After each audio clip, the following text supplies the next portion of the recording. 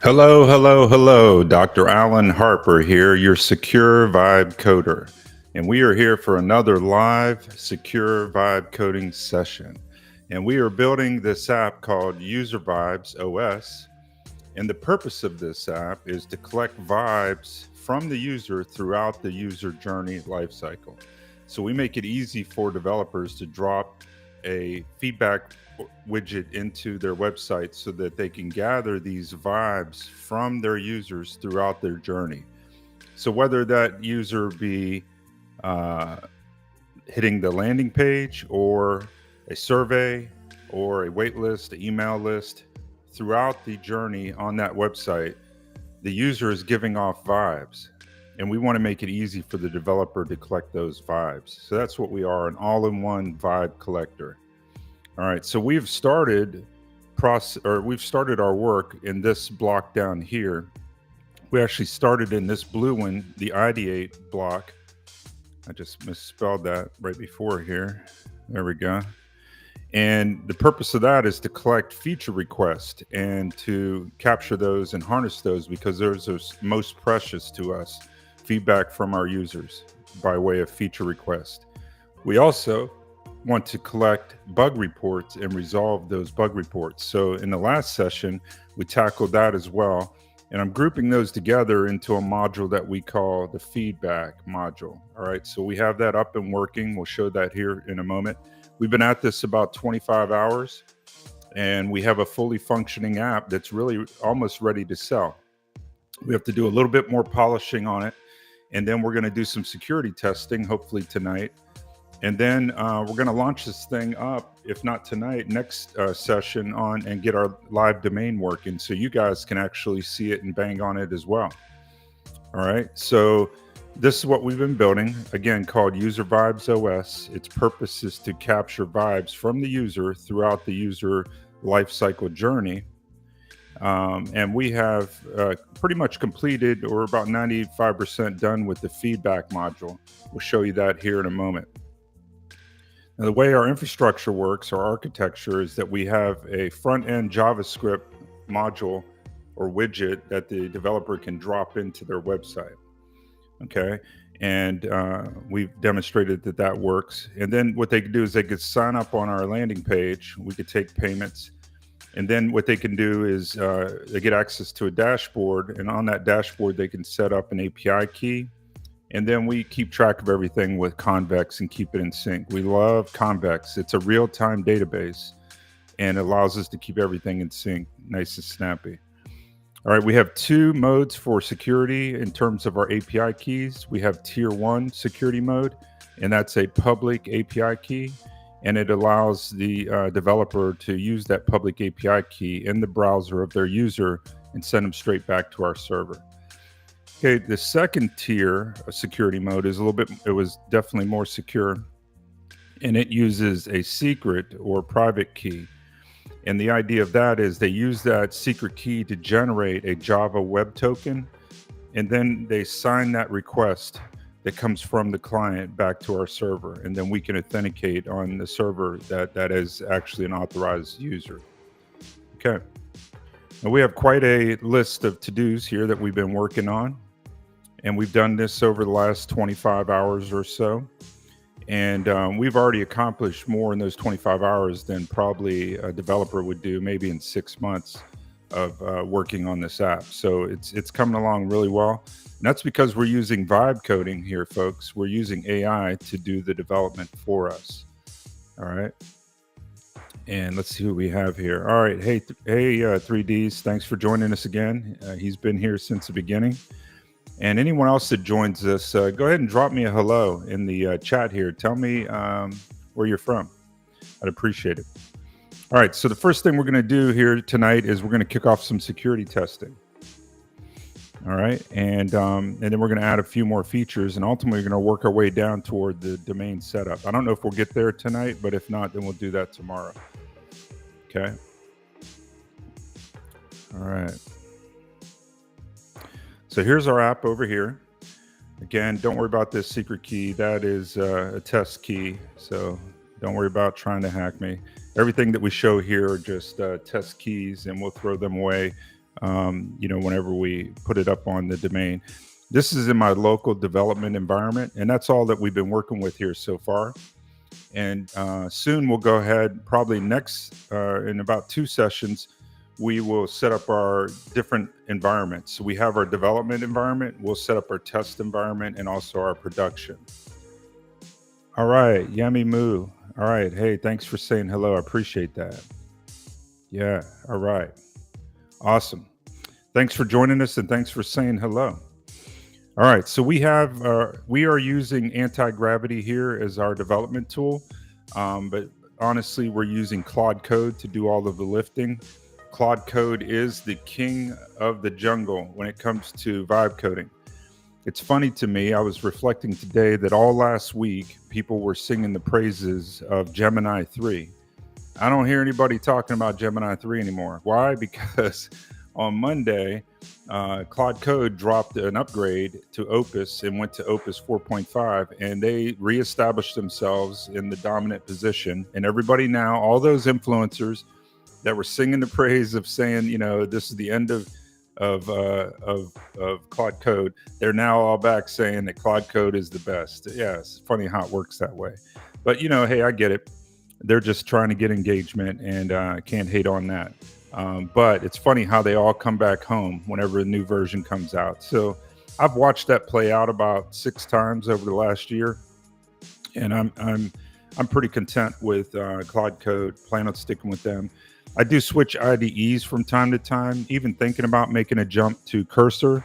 Thanks to one of the members here, 3Ds, got me thinking hard about it. It's not a real hard switch. The one thing I'm trying to figure out is the skills situation. So 3Ds, if you can drop me a note in here and just confirm. I think you said you had to do a workaround to get the skills to work in Cursor, and I know that I shared another tool called Open Skills.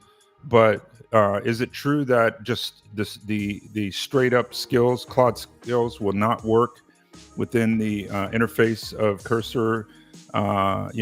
Natively, you're going to have to do some kind of workaround to get access to that. If you could just confirm that. The other thing I want you to confirm, 3Ds, is I think last night you said that you had unlimited Opus 4.5. I wasn't seeing that. On the $200 plan there on Cursor, it seems that they're still capping Opus, just like Claude Code does. Like, I think you get 20 times the usage, which is the same thing Claude Code advertises. But anyway, clarify that for me again, 3Ds. I was looking into that and I just wasn't finding that. All right. So the first thing we're going to do is we're going to kick off a security test here. All right. We haven't done this yet. All right. But what we're going to do is we're just going to say, perform a security assessment. What it should do is kick in and pick up the skill that we have for that. If it doesn't, we'll nudge it that way.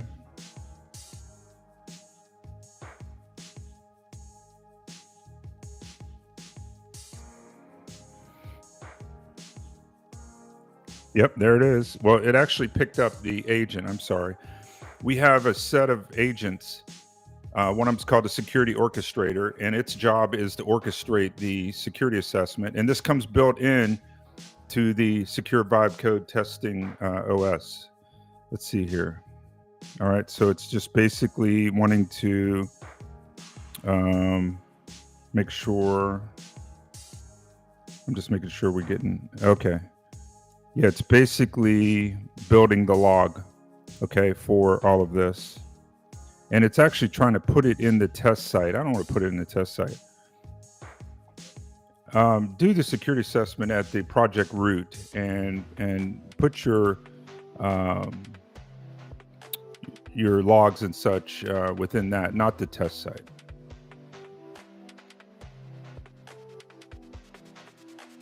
Okay. So what's happening here, guys, is we are using the Secure Vibe Coding OS, which you get if you go back and look at the second video in this series, you'll see that we installed on the Secure Vibe Coding OS That's a special build it's a starter kit for Next.js that I developed and released on GitHub here. And inside of there, you have all kinds of cool things. And you can find this on GitHub, okay? Secure Vibe Coding OS. It'll take you about probably 15 minutes to install your first time. All of the instructions are down here of how to install it. It's a 5-step process, or excuse me, 7-step process. And most importantly, what I like to say is, as the security batteries are included. Okay, so inside of the Secure Vibe Coding OS, you get all of these security things, and you just basically unpack this and then install it. Okay, then you build on top of it. So now you have a rock solid security foundation, and then you build your app on top of that, and it's just your job not to mess it up from there. And it'd be hard for you to mess it up, because what I've done is I've included all of these skills within the Claude folder, and you see all of these skills here, and there's all of these security skills. And nested in here, there's some nested folders here. There's about 30 security skills. So every time you give it a prompt, it's always got security in mind. Now, one of the other things that it has besides skills is commands and agents. And the agents here, we have the security orchestrator. That's the one that just got fired up. And its job is to launch the rest of these, okay? And what it will do then is it will initialize a security scan. It will actually build a threat model. And then it will trace those vulnerabilities and make sure, and it will confirm them so that it doesn't report any false positives, or at least it shouldn't. And then it's going to report it all out. Okay, so that just by saying start a security assessment, Claude Code is smart enough to invoke that agent and start doing its thing. Okay, so here it goes. All right, it's doing its thing. Okay, right now it's reading that, and that'll take just a little bit. So what we'll do is we'll jump down to another instance of Claude Code, and we'll just keep on vibe coding, all right? We'll come back and check on that from time to time. That'll take a little bit. It might take 20 minutes or so, because those agents are long-running agents, all right? They're going to do a lot of stuff. All right, we'll check into that in a moment. Let's see here. All right. Again, once again, if you've joined us, go ahead and drop a hello in the chat. I'd appreciate it. You can learn about me in that QR code up there, where you can join my free mentoring. And inside of that free mentoring group, you'll see a value that I'm dropping in there daily. But you'll also find in the classroom a Secure Vibe Coding Masterclass. And we go in depth there, much more depth than I can do in these hour-long sessions. And we go into, and you get like more examples for each of these topics that we're talking about, including security testing, including how to install the Secure Vibe Coding OS, okay? And so all of that is inside of that free mentoring. You will find up in the classroom how to access that. You also find opportunities to work closer with me. If you need me to come alongside you and help you in your Secure Vibe coding journey, there's opportunities for you to do that as well with my paid mentoring groups. All right, and by the way, we are running a Black Friday sale all the way up through tomorrow night, all the way up through Monday night, Cyber Monday. So with that, I'm doubling the bonuses that I'm giving, and you can find more information about that inside the free mentoring group. Okay, so Black Friday sale, don't miss out on that. It's a good bargain. Okay, all right, so we've done the security testing. Let's do this. Let's clean up the demo tab and remove the roadmap from there, because it's no longer needed. Okay, all right, and what do I mean by that? So this is our app on the back end. Okay, so we have a dashboard here, and this dashboard is just a placeholder now. And soon we'll have valuable data we can put in there. Okay, but it's pretty snazzy. We also have a security dashboard here. Okay, hey, I see that note 3Ds. Okay, cool. Okay, yeah, cool. Yep. Okay, cool. Appreciate that. Thanks for that feedback. All right. All right. So inside of our security dashboard is what it looks like. Pretty cool, pretty snazzy, right? And you can filter it. Like we've just had a couple things here in the last 24 hours, and then we have last 7 days and 30 days. Okay, so pretty slick, and you can check these off as you go. And what'll happen is like they kind of get grayed out. I think at some point we'll make that a little bit more grayed out because it's just not as visible as I'd like it to be. But anyway, that's the security dashboard. Next thing you get is the API keys, right? And that's where the user could set up their API keys. I think what I'll do is I'll move this to the bottom of the list because it's probably the least frequent thing that they'll do. In fact, let's just go ahead and do that now. On the sidebar, move the API keys menu to the bottom of the list because it's the least frequent thing that we'll do. Okay, so we'll see that happen magically as we're talking. And then inside of the feedback module, that's the one we worked on in the last couple sessions, well, all the way up to this point. And inside of here, a developer can set up any number of projects, and we'll probably gate this based on pricing.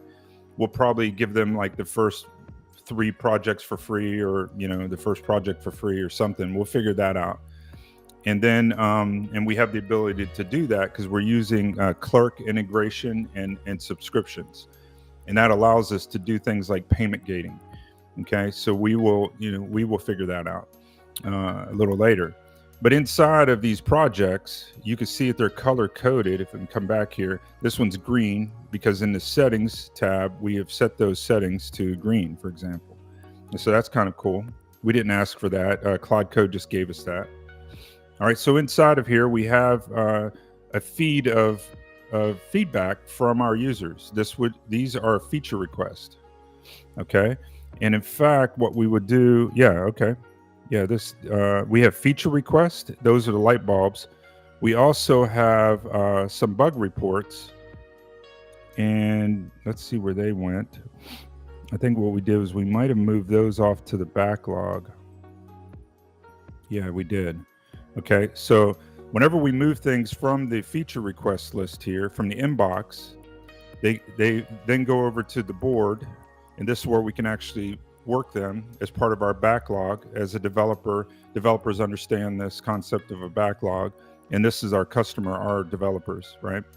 And either vibe coders or just normal developers. And so what we have here is this test bug. So let's see if we can go ahead and move it back to the inbox. We should be able to get to it right here in the backlog. We should be able to expand here, and we should be able to come down and say return to inbox, and there it went. Okay, so now it's back in the inbox. It's at the top of the list. It was the last thing that we did yesterday, about 23 hours ago. See how that works? Okay, so cool. So this is our inbox, and we have a board that we're working our feature requests and our bugs. Okay, and we can sort these by bugs and feature requests as well. All right, and then we have a comments thread here because we have the ability to moderate comments when they come in if we so choose. All right, and we could turn on comment moderation. It's off by default, and then they will come into the pending queue, and then we can approve them. Okay, so that way sometimes people put nasty comments in your feature request, and you want to be able to handle that and or delete them if you want. So that's a nice feature. Not all of our competitors have that functionality. And what we're trying to do is stack features on top of our competitors so that their customers will actually come to us. Okay, we have a demo here, and this is the one we're going to update here next. So we originally had a separate roadmap and a feature request widget, but now I've combined them. So we no longer need this tab over here. So I'm going to tell it to get rid of that tab. All right, let's go ahead and check in on our reporting here. All right, so here we go. Do you want to? Yes, I want to make that edit. Okay, so it just changed that API keys to the bottom of the list here. Okay, cool. We're already vibe coding. Let's go up and check on our report here. Okay, so here we go. Medium risk. Okay, we'll read that here in a second. Do you want to create the agent MD? Yes. Okay. It's building I think it's building a plan for us to resolve these issues, which is awesome. Normally when it comes up like with this weird name like Curious Wandering Heart, that's just like Claude Code giving random names to projects so that, because there's going to be lots of plans in there and it doesn't want them to ever be named the same. Okay, so now it's reading that plan. Yep. I just want to follow this for a second here.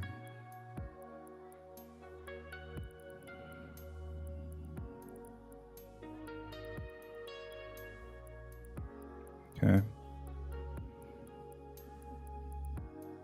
Okay. Now it's updating that plan file with the comprehensive security assessment findings and remediation plan. All right, so we'll go ahead and let that keep cooking.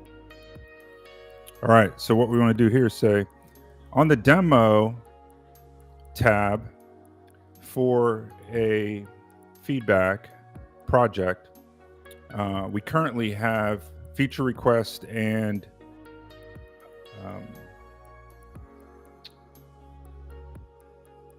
roadmap tabs at the top of that page. I want to remove the roadmap tab because it's no longer needed because we have consolidated the feedback into the widget itself.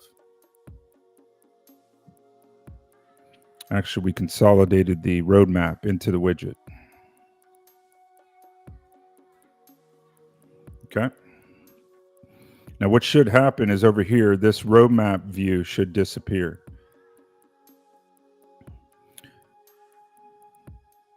Okay.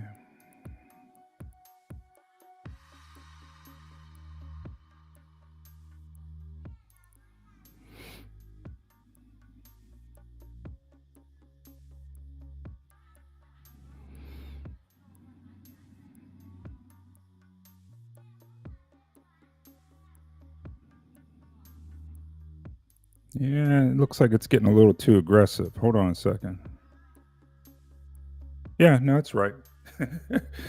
It looked a little too aggressive to me there for a second, but it actually deleted that tab just like I wanted it to. Okay. All right. So now this is like our demo is like actually what a user will see in their website. Okay. And so we can play with it then and we can interact with it, and that's useful. Okay. So that's good. All right. Cool. Yeah, and right here you could see the roadmap view. Okay, it removed all of that. It even removed the instructions around it. I just want to look at this real quick. Yep, that was the roadmap view right there that went away. Yep, roadmap. Everything to do with roadmap was taken out. Okay, cool. Yeah, it scared me there for a second, but once again, Claude Code doesn't disappoint me. In fact, it's right on. Okay, so that's vibe coding, folks. We give it a command and bam, it does what we ask it to do. Okay, let's see how that security assessment's going.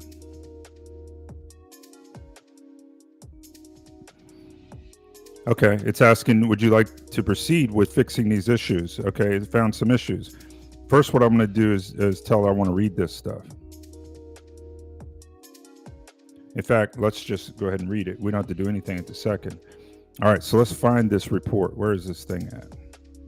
What you can do right here is I can do a command and click on this file right here, and it will launch it up. At least I believe it will. Command. There we go. All right, so that launched it up here to the top. And then what we can do is we can right click on it up here and say, open the preview, and we can read this in Markdown format. Okay, so let's check this out. This is good. It's telling us we must fix these before it goes into production. It found 3 critical issues. Okay. And then it found 4 high, and then 4 medium, and 3 low. So let's see what it found. Okay. Must fix this immediately. The JWT algorithm validation bypass. Oh, interesting. Okay. Lines 150 through 183 have an authentication bypass. Attackers can forge JWTs with algorithm none. Interesting. Okay. Wouldn't have known that, right? So the Java Web Token, or JWT validation, doesn't check the algorithm header, which allows for an attacker to put in this flag right here, which basically turns off the JWT validation. Okay. And you almost want to say, why did you even do that? AI. But it's AI. Sometimes it skips steps, even though you tell it better. But this is why you want to come back and validate. Okay. So the fix required here is to go ahead and search right here and basically make sure that it doesn't do that. Okay. So the second critical is a multi-tenant isolation bypass via public keys. Okay. Complete tenant isolation failure. User A can access user B's data. Okay, that's not good. And this is using the public keys. It could skip project ownership verification. Okay, so here's what the attack scenario would look like. Okay, and then the fix for that is to add a project ID binding to the public keys. Okay, so in the API keys table, it's going to bind those the project ID to the public key, and then it's going to verify it. Okay, and then in the validation, always check that project binding right here. Okay, wonderful. All right. And then what we'll do when we tell it to put a plan together, we'll say, make sure that you're logging these in a manner that can go into our security dashboard if someone attempts any of these, even though we're going to prevent them. Okay, so the third critical finding is a JWT replay protection race condition. Okay. It's basically also in this JWT file where you could do something called vote stuffing, and you could spam attacks via concurrent request. Interesting. Okay. So an attacker could send 100 concurrent requests with the same JWT, and many of them will succeed before the token is marked used.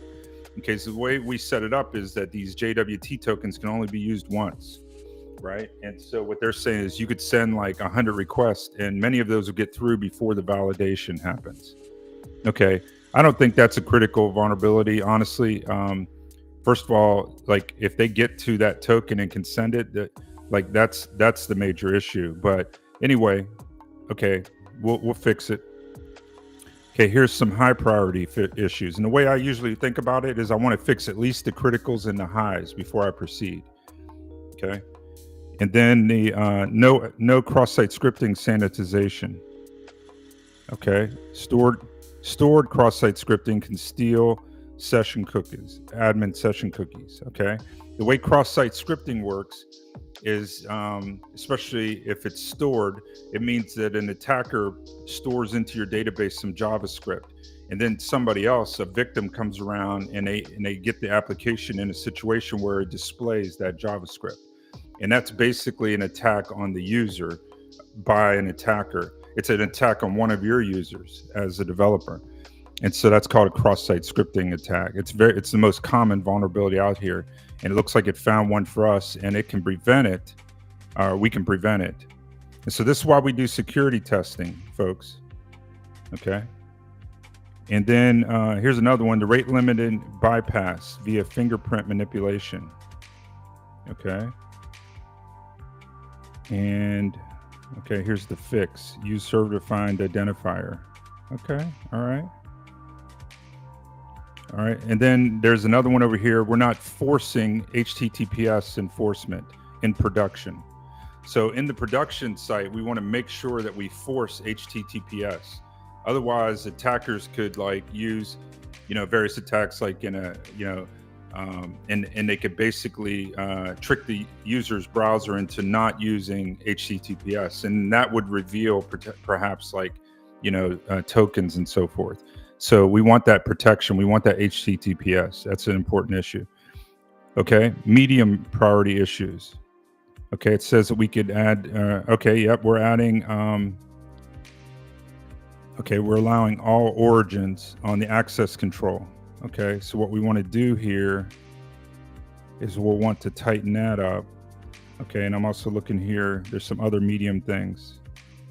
Okay, so right now what I want to do is I want to fix the criticals and highs in particular, and then we'll do testing to make sure that the app still works, because it's very common that you fix these things and you break the app, and then you have to back some of that off, and then you fix it differently. Okay, All right, so what we're going to do here, hold on one second. We've got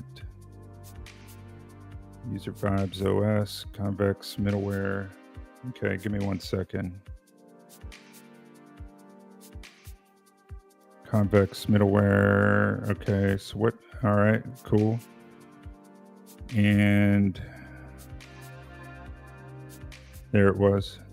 Somehow I picked up another repo in here. I want to get rid of this one. I want to close this repo. Okay, cool.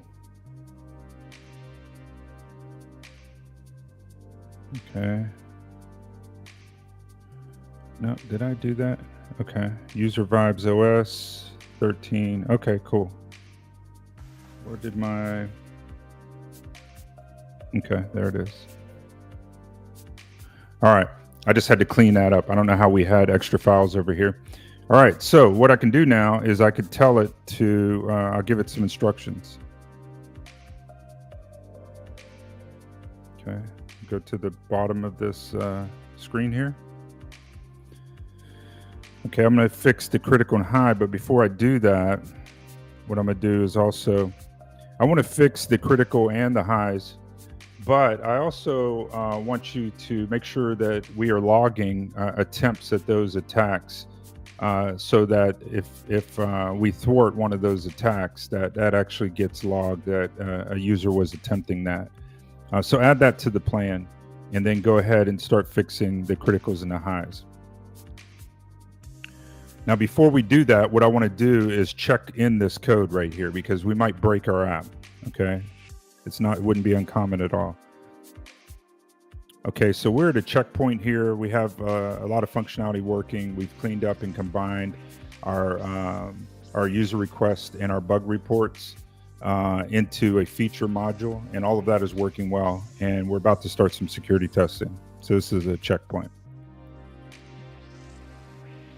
Okay, pro tip, again, always save your stuff into Git before you do a major change like we're about to do. Okay. All right. So now come down here, hit return, and return. All right. Who else joined me? I see some more people out there. Drop me a hello in the chat. Tell me you're here and where you're from.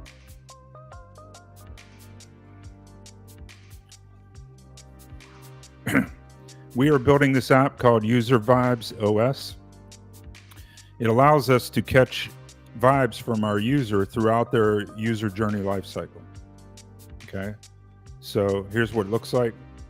And I feel that as a user comes to your landing page or anything that they do with your website, they are throwing off vibes. And if you are a savvy developer and you can use our tool, we make it easy for developers to drop a widget into their app, and then we can help them collect these vibes off of the users.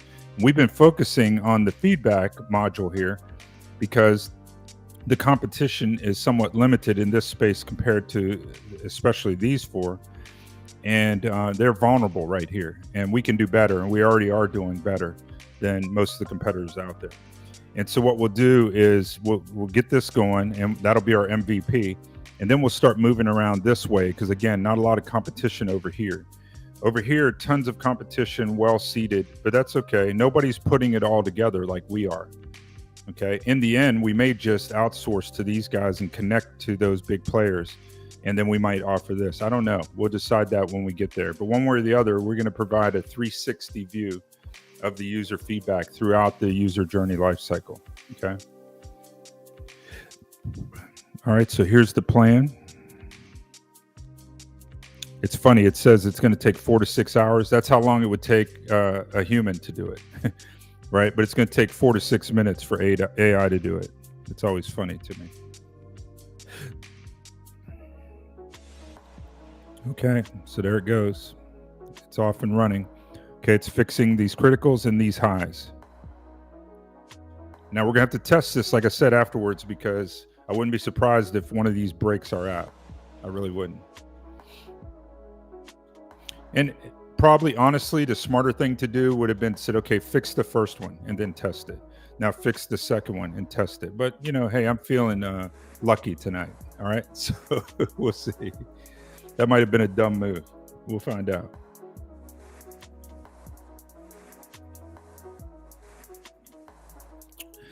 But you see, we want to do this security testing before we go live, before I put this up on a domain and let you guys start banging on it. Because I know I got some security guys out there and they might try to find a bug on us or a vulnerability. And actually, I hope you do.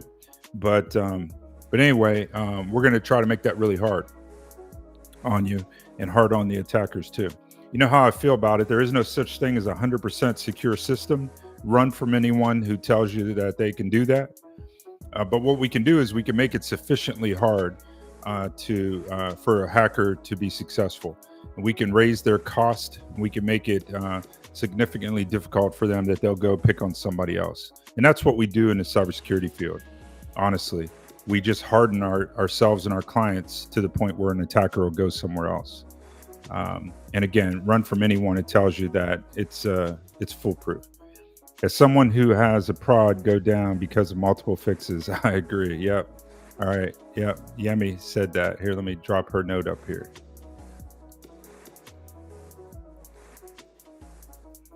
Yep. Now, let me talk to you a little bit about environments. So we have a development environment now purely. Like, you couldn't hack this if you wanted to. It's only on my laptop.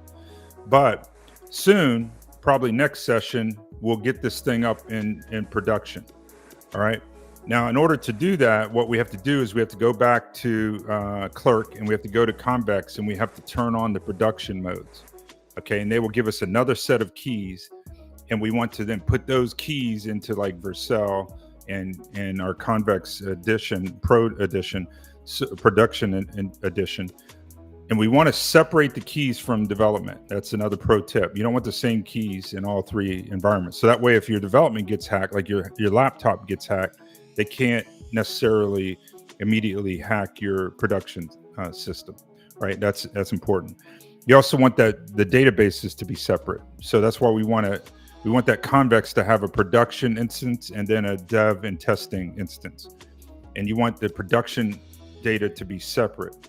Okay, again, for that same reasons. So this is separation of duties, separation of environments, very important security principle. Okay, so these are raising the cost of an attacker, right? So yeah, you can hack my laptop, but all you get is the source code and you can't like get access to the production keys because I'm not even gonna store them on my laptop. Okay, I'm only going to store them. I'm going to copy paste those if I have to, or like Convex is just going to do it automatically. I don't even have to mess with those keys.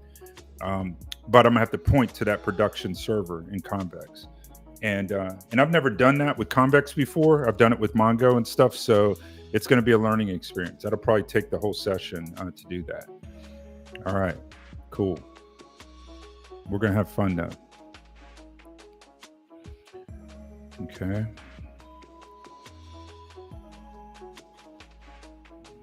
All right, so this thing's still cooking. It oddly went after critical vulnerability 1 and critical vulnerability 3, but it left 2. I guess it's going to work on that next.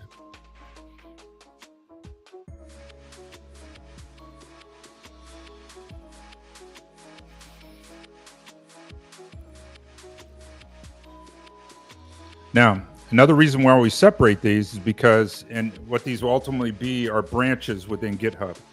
So we would start to do all of our work on the, I usually do it on either the testing or the dev environment. It really doesn't matter.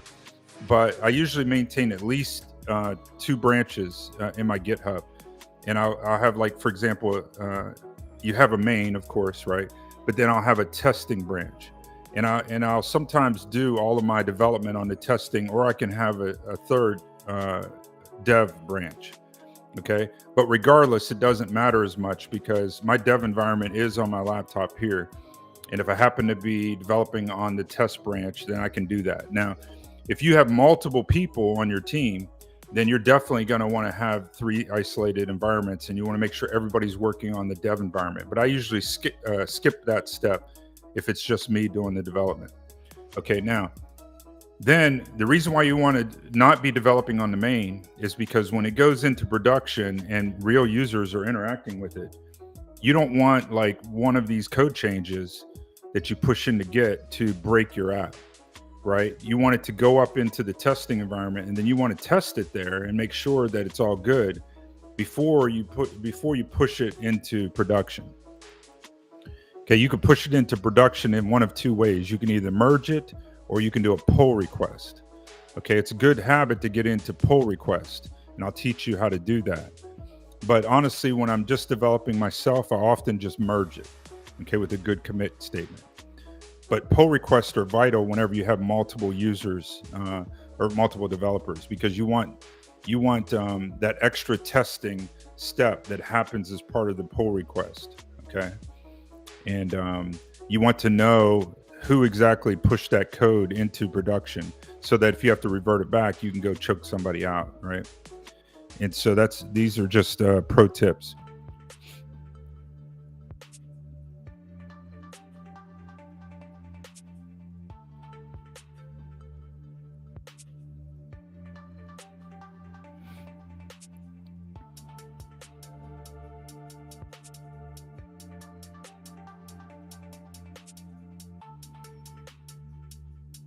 Okay, it's still implementing this stuff. Let's go fix some other things.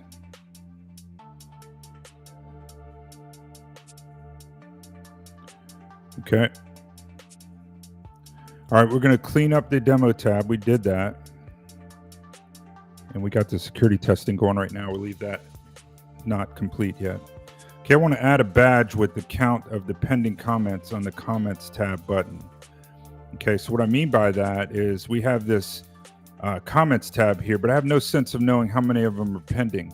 So I'd be continually like checking that, right? So I want this pending number to be in a badge right here on the comments. So let's make that happen. Come down to this one, this instance. You can have multiple instances of Claude Code up. And you just got to be careful you're not like stepping on each other. So these things are doing things that have nothing to do with this. So I'm fairly confident I won't step on each other. Okay, on the comments tab, I want to add a badge that shows the count of pending comments so that I don't have to click on that tab to go see how many of them are pending. Give it a context, like when you're giving it an instruction, tell it why, because then it goes a little deeper and it makes less mistakes because it knows what your intent is. And it's going to make sure if it's getting creative, it's not going to violate your intent. That's important.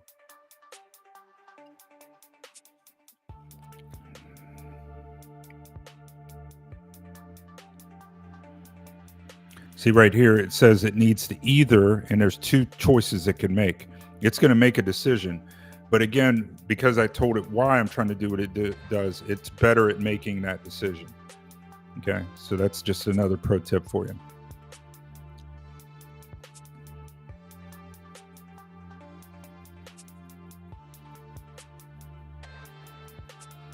Okay, it says it's done. It moved that. It's crazy how fast it is, isn't it? Okay, I'm not seeing it. Let's see. Let me do a refresh here. Oh, I've got no pending comments. Well, let's make one. Let's go ahead and switch us into moderation mode right here in our settings. So moderation enabled. Okay, and then what we'll do is we'll come up to the demo and we'll actually drop a comment in here. Oh, public key not properly configured. Oh, now this could be part of that fix that it did as part of the testing. I think I'm going to leave that alone for a second because it's probably still fixing it. If I go back up here. No, it says it's done, but I bet it broke it. All right, so we're gonna stop there. We're not. That's why that badge didn't show up, by the way, probably.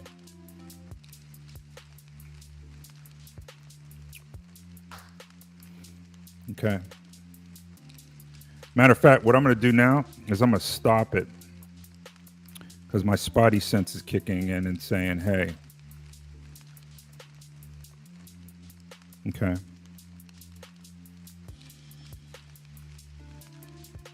Because if we broke that, we might have broke some other stuff. All right, so look, it stopped. Okay, see the interrupted here? All right, now, We can always tell it to continue fixing that, but because it's got that to-do list in its memory. Okay, so let's tell it that we've got this error here. Let's refresh.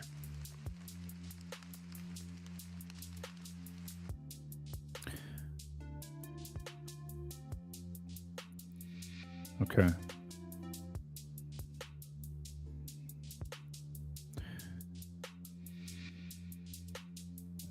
Okay, inside, I have a bug now to fix. I think it's due to these changes that we made, but I'm not sure.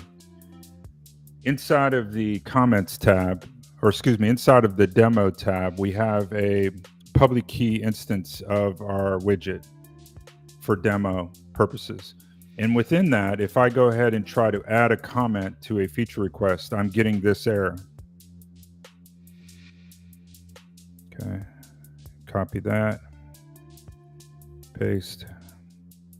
Okay, let's let Claude Code show off how it fixes bugs.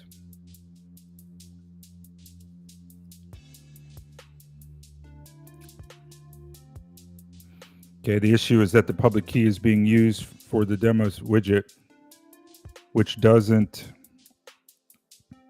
have the project ID binding. Yep. Okay, so it's going to go ahead and probably update the database to, yeah, here, let me add the mutation binding to the existing public key to a project. Yep. Okay, cool.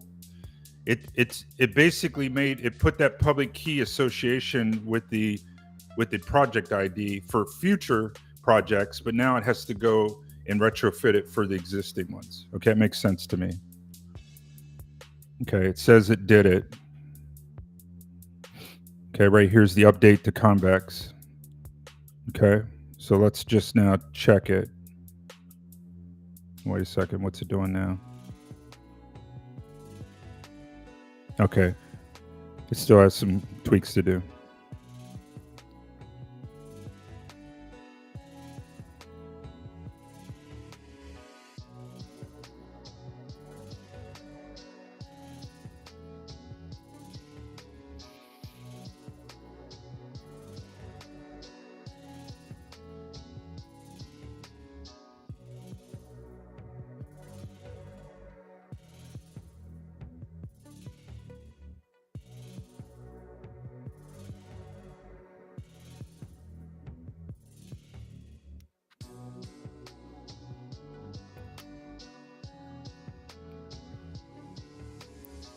Okay, it's adding some more logic so that it's backward compatible. And I think what it's going to do is the first time you try to add that comment, it's going to add the binding to the database, is what I was reading it was trying to say.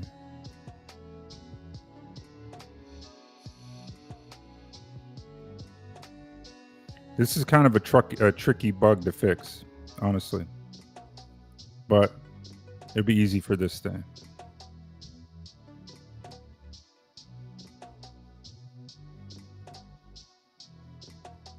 Okay, it just pushed another update to Convex. Okay, it says that it's deployed. Demo widget should now work. Okay, here we go. New public keys will be matched. Legacy public keys without the binding must be linked to the project via this. Any other public key rejected. Okay, all right, well, let's see.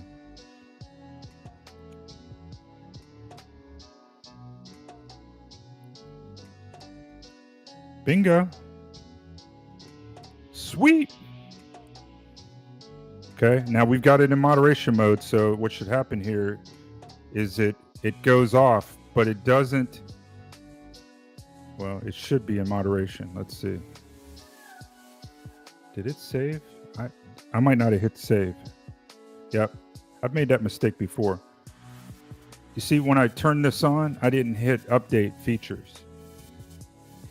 And honestly, that's probably something we should change going forward, because like users will make the same mistake. But what I could do is I could make, anytime you make a toggle change here, it just automatically saves it and we don't need to update. And in fact, I'll probably do that enhancement. Let me just add that to the board so I don't forget it. What you can do is you can do an auto save.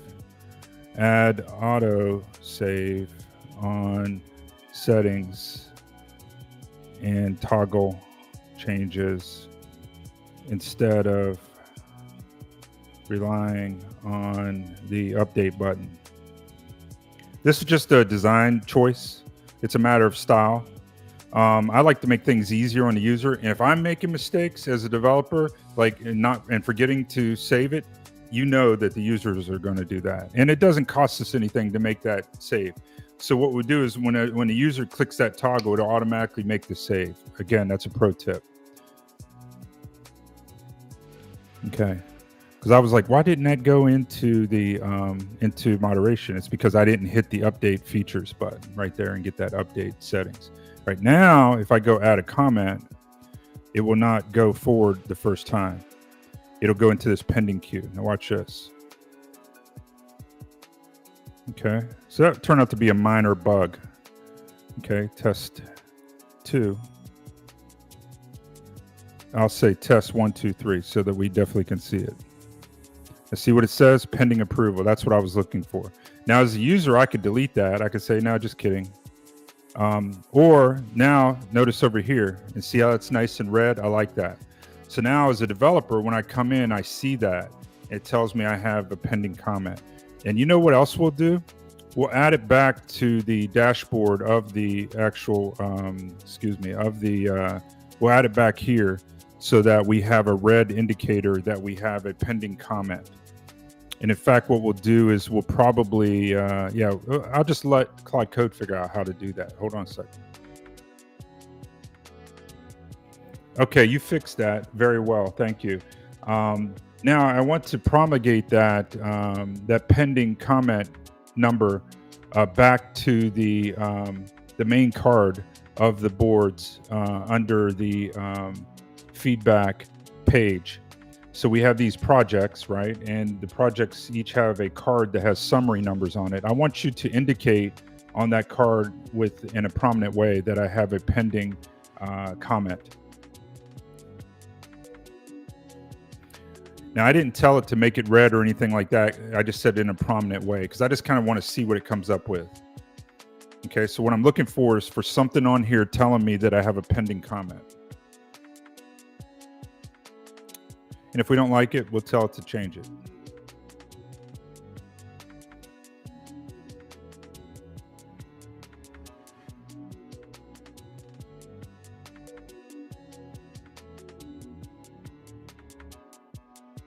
I'm just reading what it's doing here, keeping up.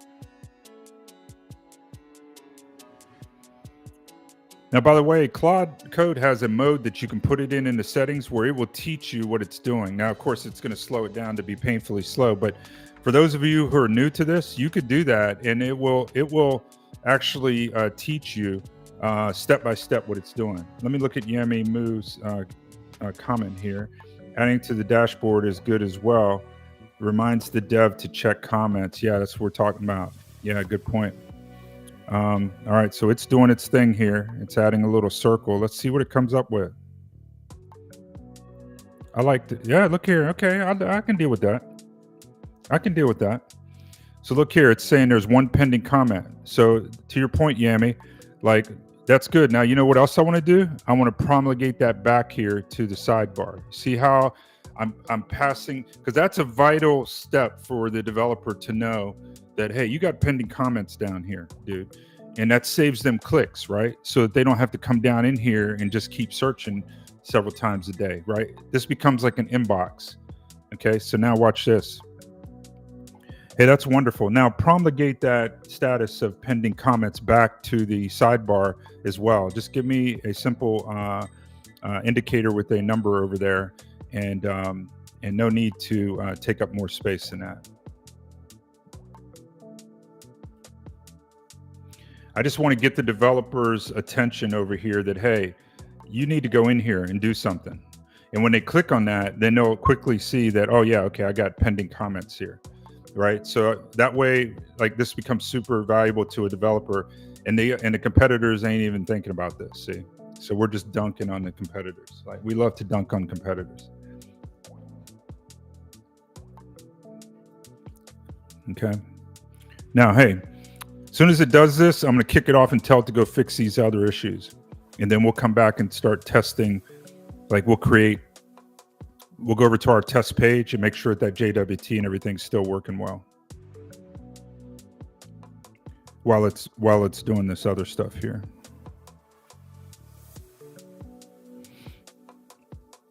Because we can walk and chew gum at the same time, right? As soon as we get this indicator over here.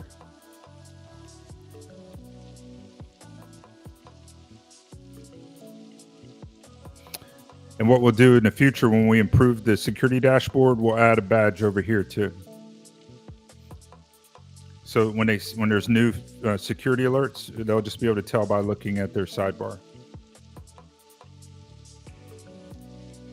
Okay, so we're compacting the conversation right now. That's slowing us down just a tad.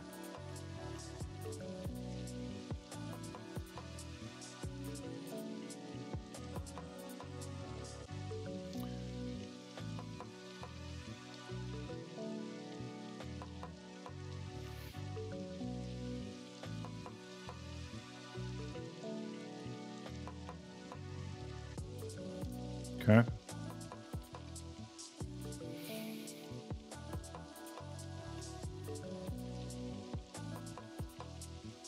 Querying the database here to make sure it gets those total pending comments. And here it is adding it right here. Okay, there it is. Notice how that's color coordinated? I can live with that. You know, I reserve red, like maybe we'll put the red color on the security badge here. Like if there's issues in there, that we'll use a red color there. But I like that this is orange and that's orange. It just kind of naturally flows with your eye. Okay, yeah, cool. We did something there. All right, now. Okay, now go ahead and continue fixing the high findings. Thank you. Okay. So it's off doing that. Let's do some testing. Okay, what I've done is I've pulled up our little test site here. And our test site is just, it's in a folder actually in our project root called test site. It's just the Next.js app with the widget dropped into it. This is what our developer will see like out on their website. And all right, so they have these projects in here, or this is their first project. This header right here was on the actual test site. It's not part of our widget, so there's no need to change that right yet. Okay, so it's green as we expected. The fact that I refreshed it and it worked tells me that the JWT is working fairly well. Now what I can do is I can do this. Okay, all right, so that's working. I can vote and unvote. I don't like how, it was doing this before. Notice how that's not syncing that number. Let's go, what's going on here? Back in, where do I want to find that? I want to find that within the board. Right. Votes. Where's the easy place to find that now? In fact, it might be back here on the dashboard. So votes 2. 1, 2. Okay, so there's 2 votes. Notice if I unclick this, then I expect that to drop right there. And it's not. Okay. This one did. That's strange. Okay, so that one is working. Notice how I'm clicking, unclicking. Look over here. See this is going 1 to 2. Okay, but this one is not.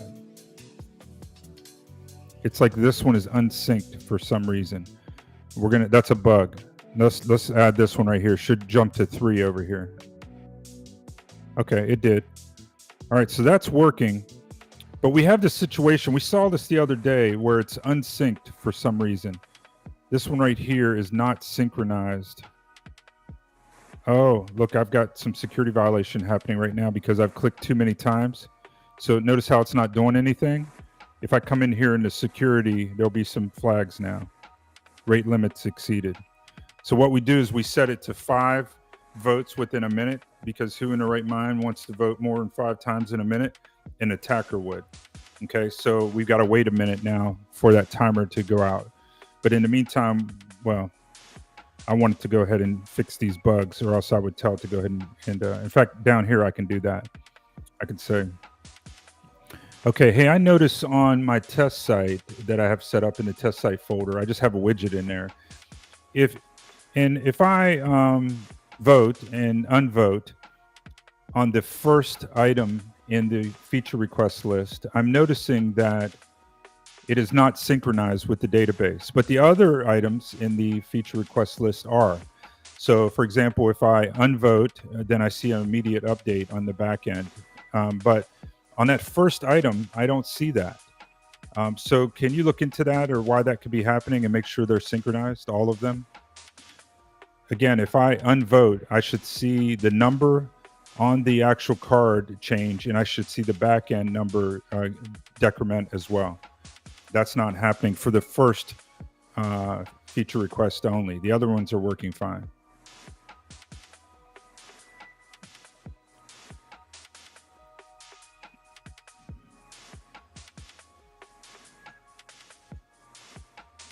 Okay, what's this thing doing? Okay, it's still off working. Okay, sweet. It's working on this cross-site scripting issue.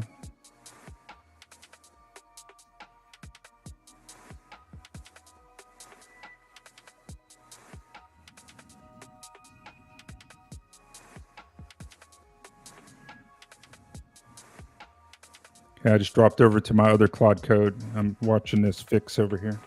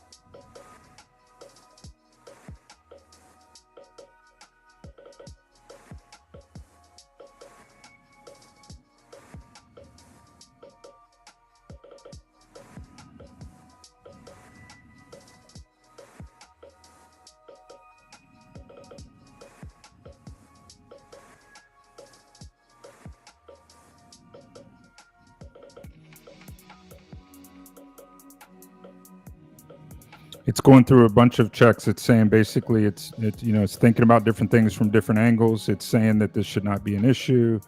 It's looking at the code. It says, yeah, that looks good. And it's still thinking.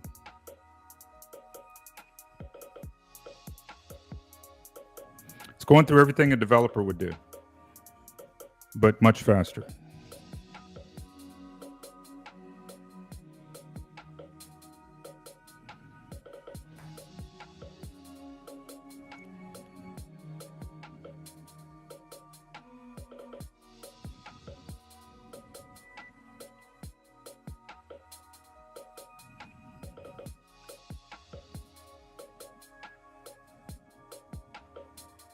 Okay, we fixed 2 of the 5 highs.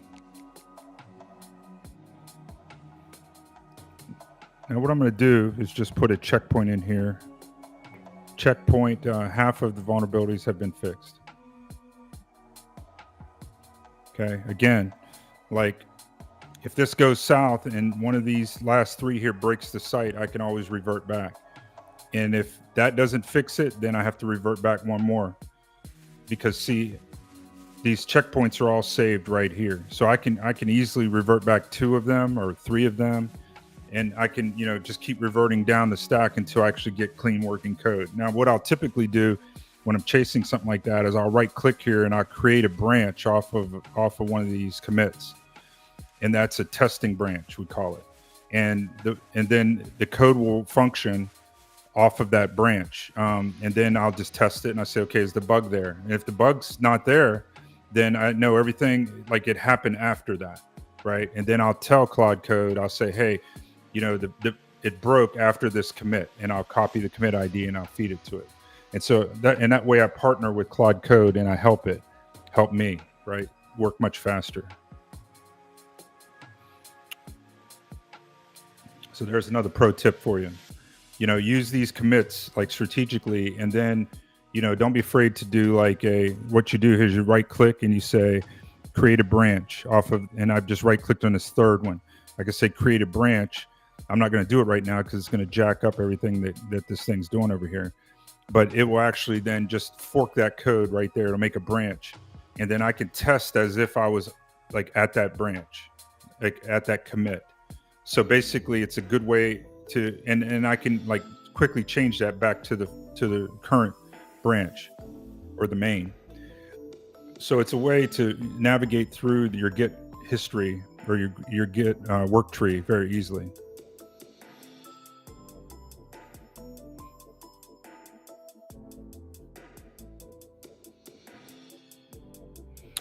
And I do know that we're 6 minutes over now. Bear with me a little bit longer. I try to end these in an hour, but you know, hey, it doesn't always work out neatly. I do want to get to a good stopping point. I want these to be fixed at least, even if we don't test them all. I want some assurance that this actually completed its work, and then we'll come back next time. And if we run into a bug again, we'll know that's what happened. And sometimes it's not worth reverting. You just kind of tell Claude Code, hey, you know, I think this bug is related to the fixes we made yesterday or whatever, right? As part of the security updates. And that kind of gives it a clue. And then it'll go back and look, it'll smart enough to go look at the changes it made, and it can figure out pretty quickly what the fix is. And that way you don't have to like revert them all out. You just like give it some help. Okay, just one more to do here. Okay. Yeah, it's a pretty gnarly list of changes there, right? Like a human would have messed up like a few of those and then spent a few days to a week trying to fix it, right? I'm just telling you from experience. Like even a seasoned developer like myself, like that's a pretty gnarly list. But not for AI. Okay, all TypeScript checks pass. Let's see what we got over here.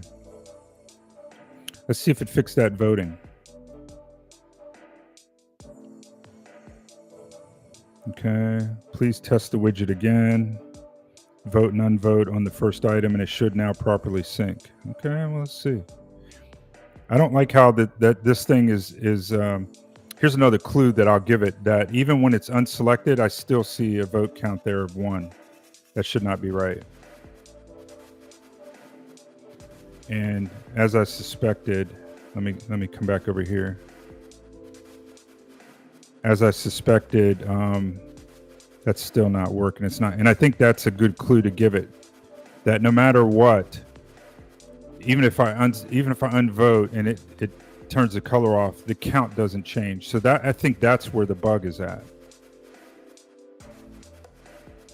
Okay, before I do that, let me refresh the page, because sometimes we learned this before. Sometimes the state, this is like a React issue, and the state needs refreshed. Okay, no. Okay, that did not fix it, but I do notice that if it's unvoted, there's no vote, so there's no color selected on the vote button, it still shows a 1, and that number doesn't change whether I vote or unvote locally. So troubleshoot that. I think that's what the issue is.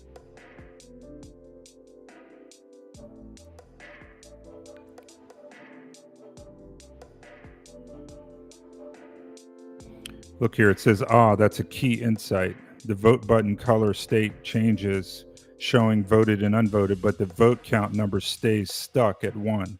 This means, and it goes on, and I'm not going to interfere with it. If I scroll up, it'll jump to the top of the queue. So just let it do its thing.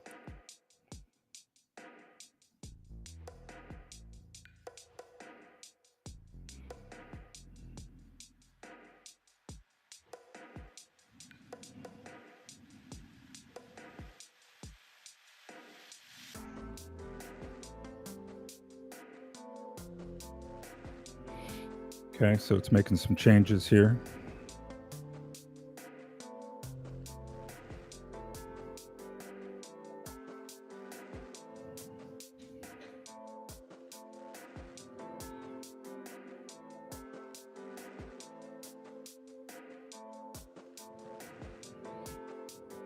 Okay. Let me refresh the page. I'm looking to see a 0 there because it's not voted. Okay, I'm not seeing it. No, no change. No change. When I refresh the page, the color is turned off, but the vote still says 1.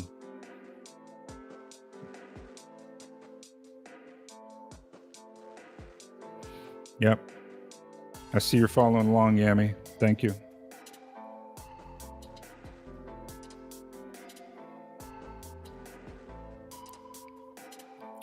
Yami, are you a developer? Are you building apps yourself? Are you vibe coder or just straight up developer?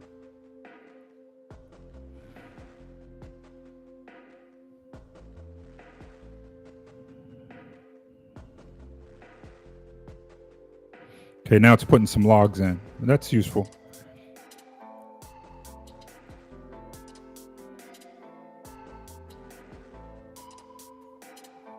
Sometimes I get frustrated for putting logs in because sometimes I'll even yell at it. I'll be like, stop putting logs in.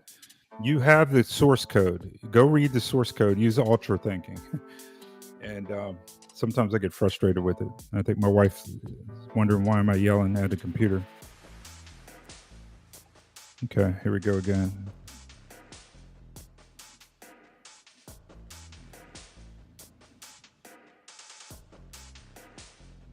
Yeah, it's that first one. I almost want to delete that one, but I want to see this bug resolved.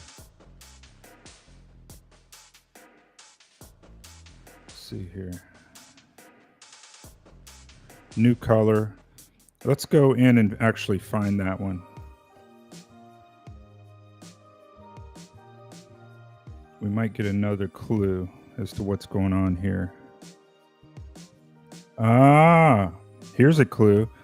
That one's been promoted to the backlog. That's why it's not syncing up. Okay, hold on. That's a big clue. Okay, let me click here and see what it does on the left. Nothing. Okay, I think that's what the bug is. Okay, here's another insight. I noticed that the feature request that I'm actually trying to interact with happens to be the first one, but that's just a coincidence, I think. The real significant finding or insight is that feature request has been promoted to the backlog, and now it is out of sync from a real-time vote update. So pursue that and investigate that angle. Yeah, hey, I hear you, Yami. You need your time back. Man, you could do 10 times much with vibe coding. And it helps if you've done some developing before because you know sometimes what you're looking for, but that also can sometimes get in your way. I sort of admire these guys coming behind us because they don't have all the baggage and all the scars that we have. They could probably go further and faster because they're fearless. But anyway, that's why we try to do secure vibe coding here. You notice these things that I'm fixing here, like you're not going to get that out on builder.io or bolt.new or Lovable. Like it has no concept of these things. But we do it differently here. First of all, I built I don't know if you joined late, but I created this thing called the Secure Vibe Code OS. And this is a GitHub repo. It's free. It's a public repo. Come on out here. Drop me some more stars, guys, if you've come across this. It's only been up a month or so. Nobody's really found it yet. But the idea is this thing is like a free starter kit, and it has security batteries included, right? So it has all this authentication, all this rate limiting and input validation. And I do all of that through Claude Code Skills. But there's this other project, if Claude Code's not your particular game, then there's this other project called Open Skills, where you can convert those over to a .agents file, and you can run these through Cursor or whatever. And we happen to be using anti-gravity with Claude Code inside, so I haven't had to convert it yet. But eventually I will probably convert that to a .agents file to make it more transportable. Yep, definitely saves a lot of time, 3Ds, I agree. And the way I look at it is you get that time back. Now, what are you going to do with it? You need to compound that time by doing more automations and more coding, right? And then that way you can get your production up, right? Get your production up, get your time back, but do 10 times as much, or maybe do 5 times as much, and then use the other 5%, the other 50% of the savings to go watch a movie or something. All right, here we go. Now, can you do the following test? Go to Convex dashboard. Check the current vote count for that specific feature. Yeah, we've done that. Try to vote. Okay, so it thinks it's got it now, but I also have some logs here that I can give it, right? Okay, check the logs, and we're looking for this increment log count right here. So I'll just copy this and come back over here and here. And then what I'll do is put this in the filter for the logs. I'm down here in console logs, and you can right click up here and go inspect, and then go to console, and you can get these logs right here in any browser pretty much these days. Okay, so now watch. Notice over here, that's a 1, and this is a 1. Now watch what happens when I click it. Okay, no change, but the color did change. Okay, let me refresh. Maybe it needs to pick up that new code. Okay. And I'm not seeing the logs either, so I'm not seeing a fix here at all. Come on, Claude Code. I'm not seeing those logs. I'm not sure that you made these changes. Check again.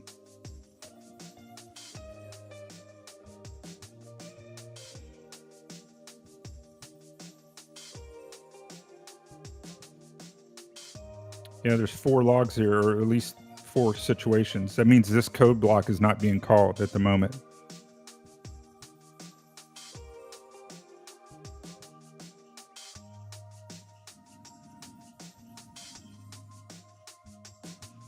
Yes, Convex Dev is running.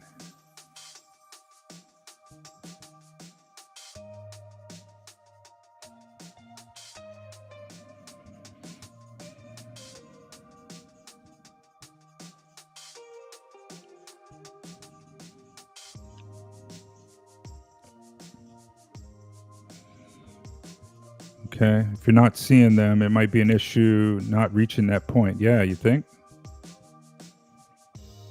Okay, so now it's got this other log here with this part in here, this with JWT. Let me go ahead and, in fact, what I'll do is probably just turn off the filtering, and I'll just see all logs. Okay, I'll clear these out, refresh. Those errors have to do with other plugins I have up here that are sometimes causing issues. Okay. Yeah, so look, I have no filtering going on, and there is no logging going on right now. Oh, on the test server. Okay, I'm looking at the logs in the wrong place. They're probably over here in the node. Let's see. Are they here? No. Are they in Convex?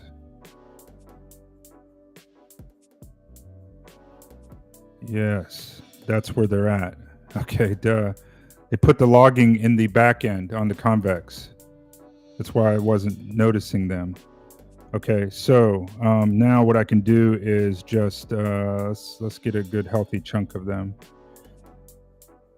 and I'll just copy paste these over. This is where Cursor would help us, because like it could see the logs, right? I missed that. I missed that feature of Cursor, I must admit.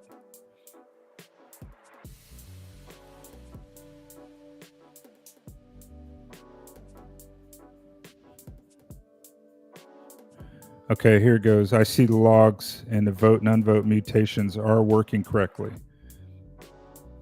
Okay.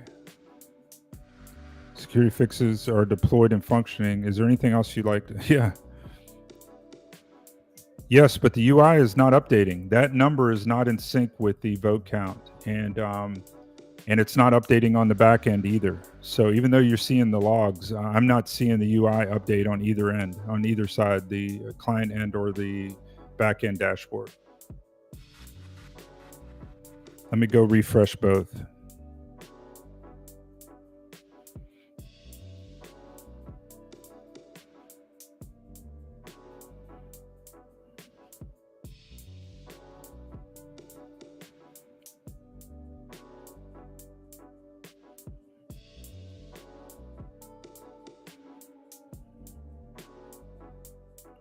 It's really crazy because these other ones are working. Like that one's working.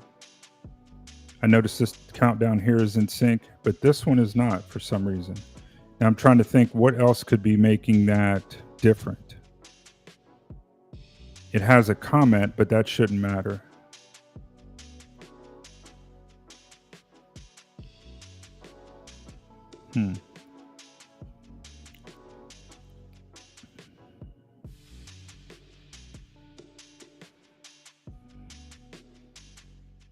Okay, it's adding some more logging in.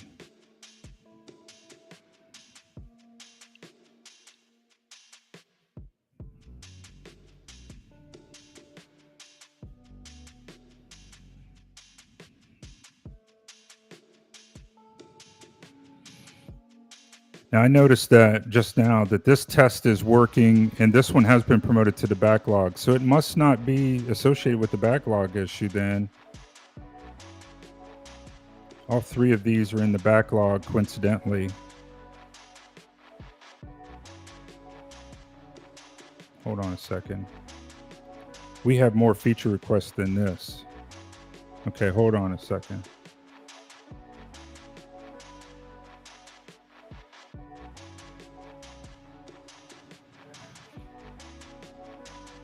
Yeah, right now we have 11 feature requests. So why is only 3 showing up in the widget? That's another clue. Okay, I noticed that we have 11 feature requests at the moment, but only 3 of them are showing up in the widget. Only the 3 that are in the backlog. So,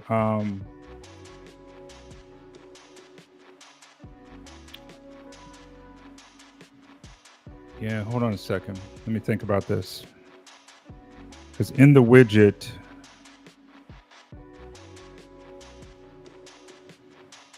yeah, I think we want all of them because we want them to be able to vote on all of those.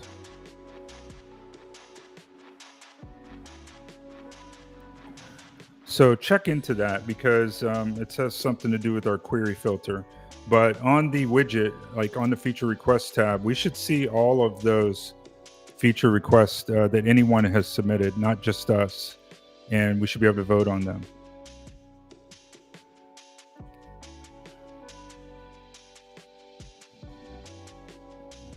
Okay, let me see if it fixed it by coincidence this last go round. Nope.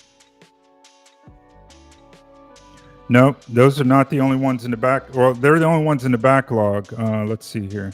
Yeah, there's 3 in the backlog right now. And the way it works is over here, I have an inbox for all of the ideas. And on any one of them, I can promote them into the backlog. I can move them to any board. And that's how those 3 ended up over there. They just happened to have been moved. And you can see right here, there's 3 in the backlog, these 3.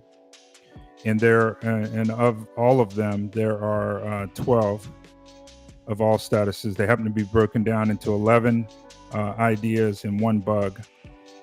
So anyway, this part's working fabulous. But like over here, this backlog.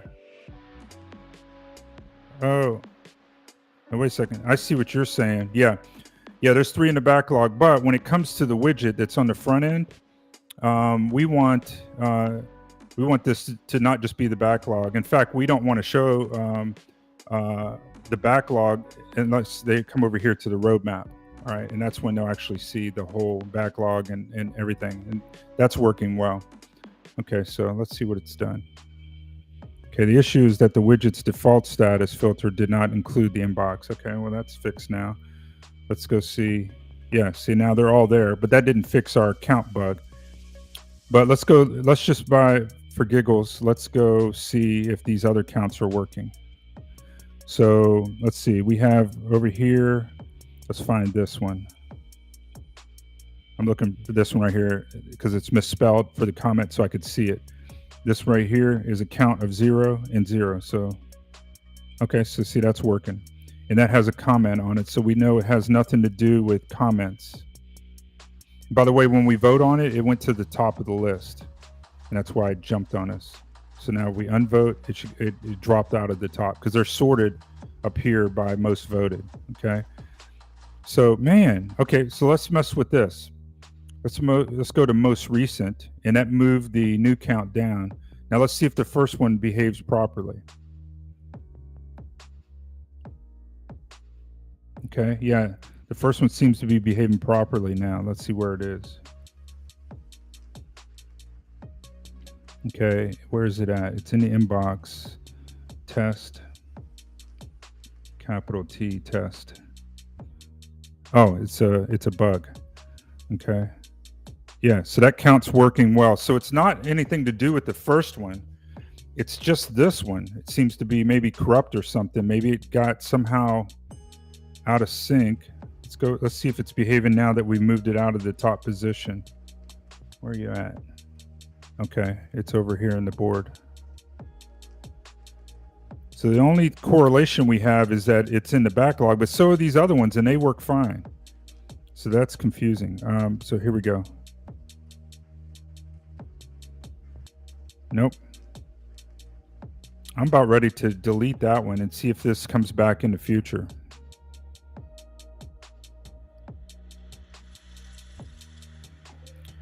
Okay, more insights. By the way, that worked. That fix that you put in to add all of the feature requests to the widget. Thank you. But I'm still looking at this one issue.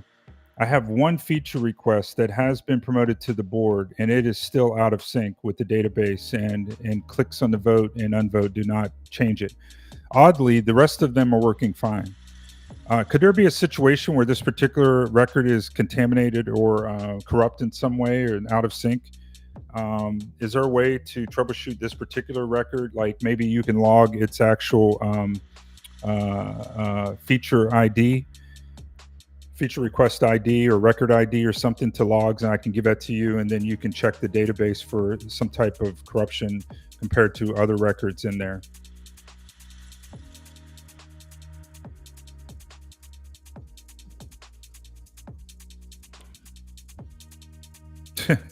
Look, the voice thing I did is like hallucinating. I didn't say this stuff at the end, but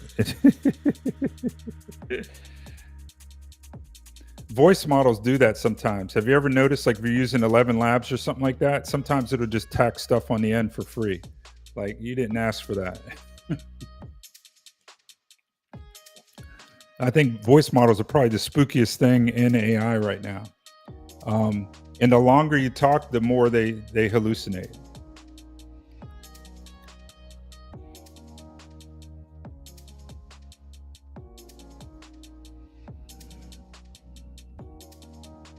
Okay, so now it's going to check.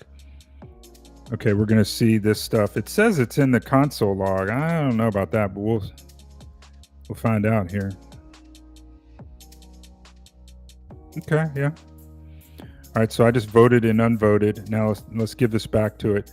And now what it'll do is it'll have enough information. It can go query the database with this request ID, and it can look at those records. Okay, here it is. The issue is clear now. The vote says already exist. You have already voted on it. Yeah. And then it says this is a contradiction. The system thinks you've already voted, but can't find the vote by another check. Okay. I see what's going on.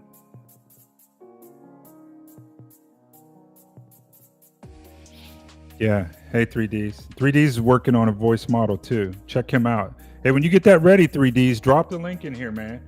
I'll be cool with that. Some other people can check it out. They might benefit from it.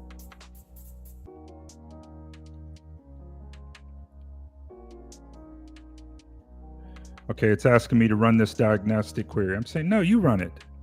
No, you run it. You have access to the Convex through Dev.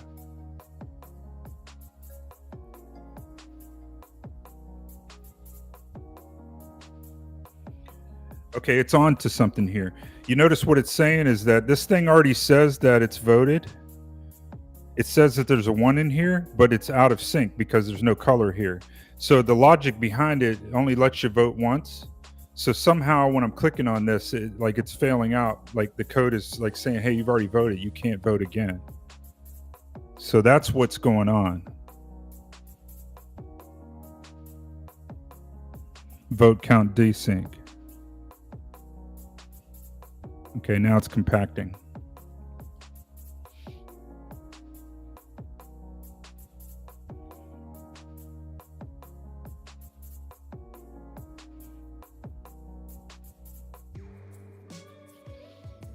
Yeah, I'm encouraged that we haven't run into any other bugs. Let's see if we can add a new, okay, add a new one.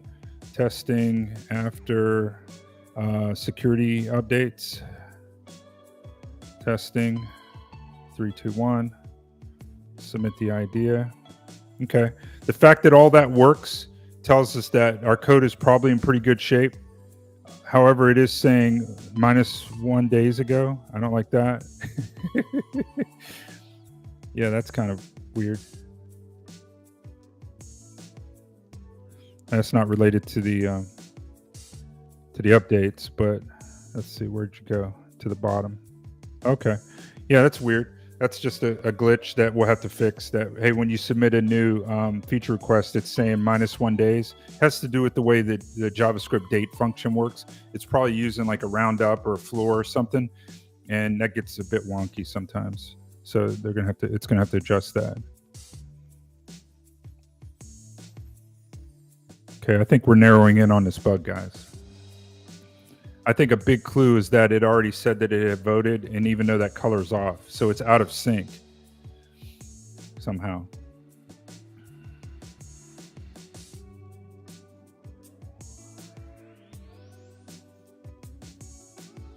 Okay, it's running the queries now.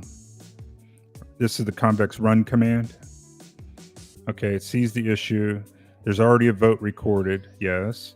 The vote already exists. The problem is likely that when the user tries to vote again, it finds this vote and says already exists. But then they try to unvote, and the fingerprint or email they're using in JWT doesn't match the stored record. Okay, we'll just fix all that, man.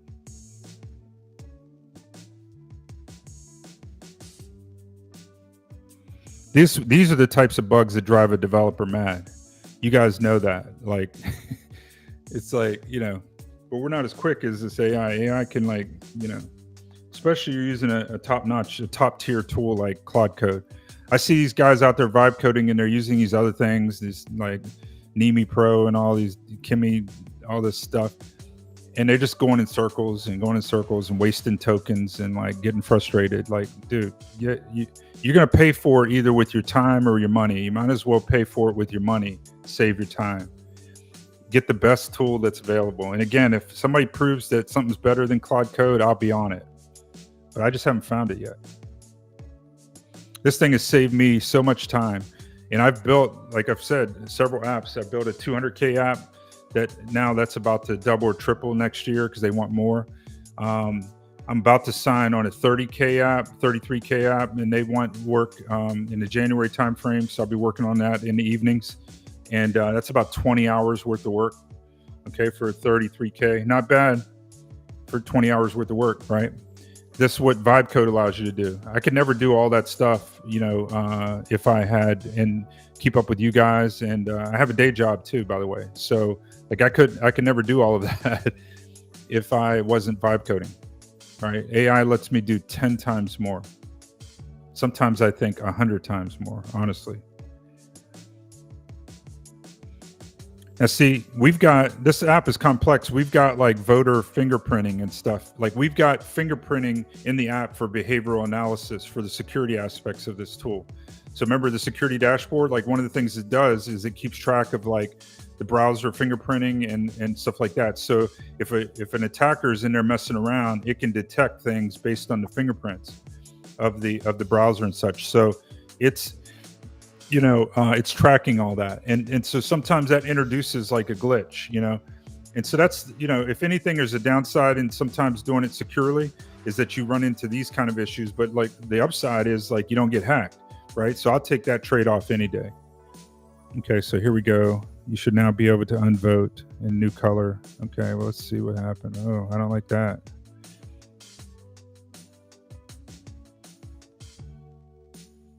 Okay, look at that. Now it's synced all of a sudden.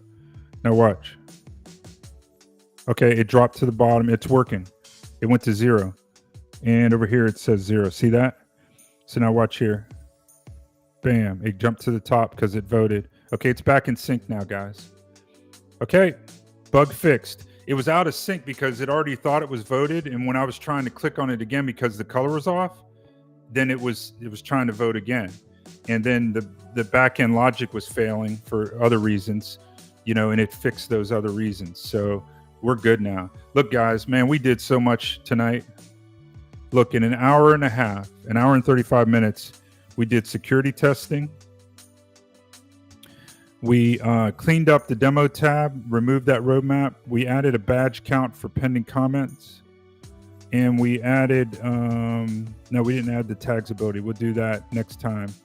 But look at this, guys. Like, we are rocking. We are rocking, guys. Like, we are crushing it. And it's all due to vibe coding. We're doing it securely. Again, if you want to know more about me, check out my free mentoring group.